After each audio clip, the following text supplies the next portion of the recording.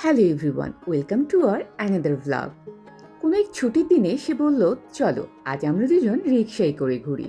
তো যেই ভাবা সেই কাজ, রেডি হয়ে বেরিয়ে পড়লাম বিকেলবেলা। মেঘলা আকাশ ছিল, খুব সুন্দর ওয়েদার। রিক্সায় ঘুরতে ঘুরতে মিরপুর 12 নম্বরে চলে আসলাম।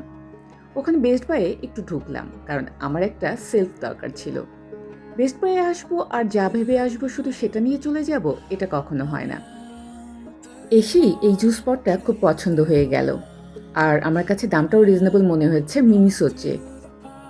আর পছন্দ হলো এই ছোট্ট অর্গানাইজার বক্সটা। খুব সুন্দর 3টা কালার ছিল, কোনটা নেব বুঝতে পারছিলাম না।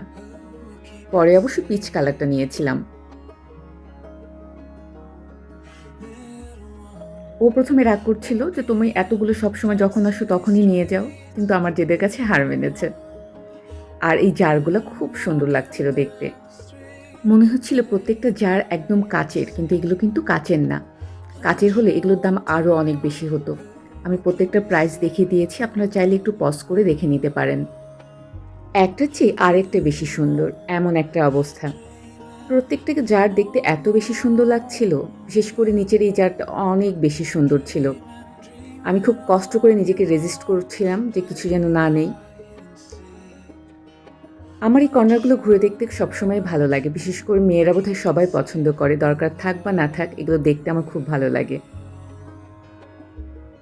তো তারপর কাউন্টারে বিল পে করে আমরা আবার এখান থেকে বেরিয়ে গেলাম।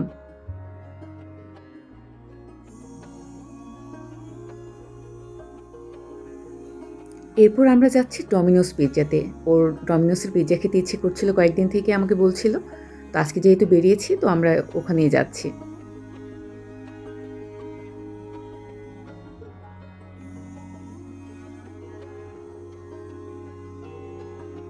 ও পিৎজা অর্ডার করছিল।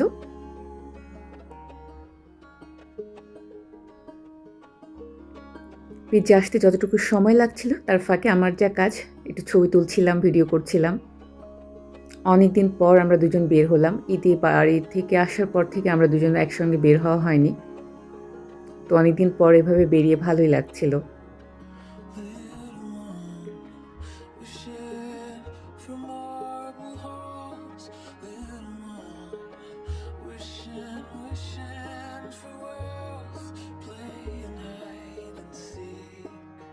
Playing show and tell, who'll keep you safe, who'll love you well, who'll keep you safe, who'll love you well.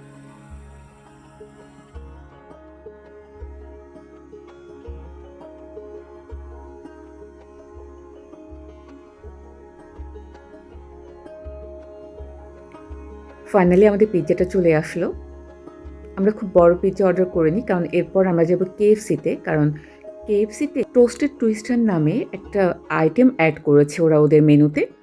তো আমরা ওটা ট্রাই করব। তো ওখান থেকে বেরিয়ে আমরা কেএফসিতে ঢুকছি।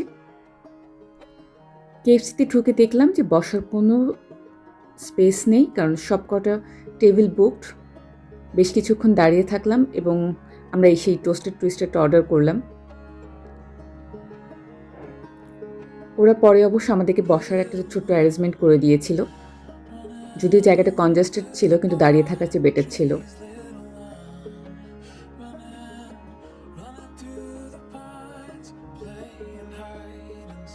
খাবার অলরেডি চলে এসেছে। কম্বো প্যাকেজ ছিল। টোস্টেড টুইস্টারটা আমরা ওপেন করছি। আমার কাছে এটা মনে হয়েছে যে শর্মা যেমন, এটাও সেরকমই।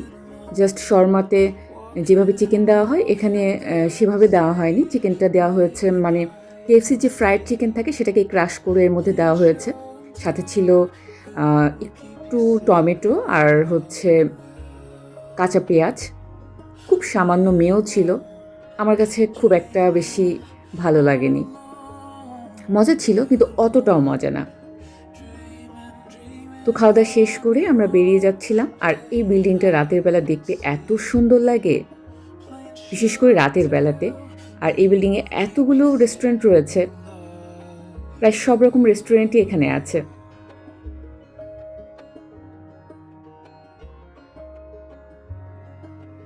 তো আমরা বাসায় চলে আসলাম। আমরা যে সেলফটা কিনেছিলাম সেই সেলফটা ওরা সেট করে দিতে চেয়েছিল, কিন্তু আমরা ওভাবে নিয়ে আসতে অসুবিধা হবে বলে কার্টুনে করে নিয়ে এসেছে। তো মঞ্জুর এখন এটাকে সেট করছে। তো আজকে আমাদের এই ছোট্ট ব্লগটা আপনাদের কেমন লেগেছে অবশ্যই কমেন্ট করে জানাবেন। যারা নতুন আমার ব্লগটা দেখছেন তারা অবশ্যই পেজে ফলো দিয়ে যাবেন। আমার কোন ব্লগগুলো দেখতে আপনাদের ভালো লাগে সেটাও কমেন্ট করে জানাতে পারেন। আর সবাই ভালো থাকবেন, সুস্থ থাকবেন। আল্লাহ হাফেজ।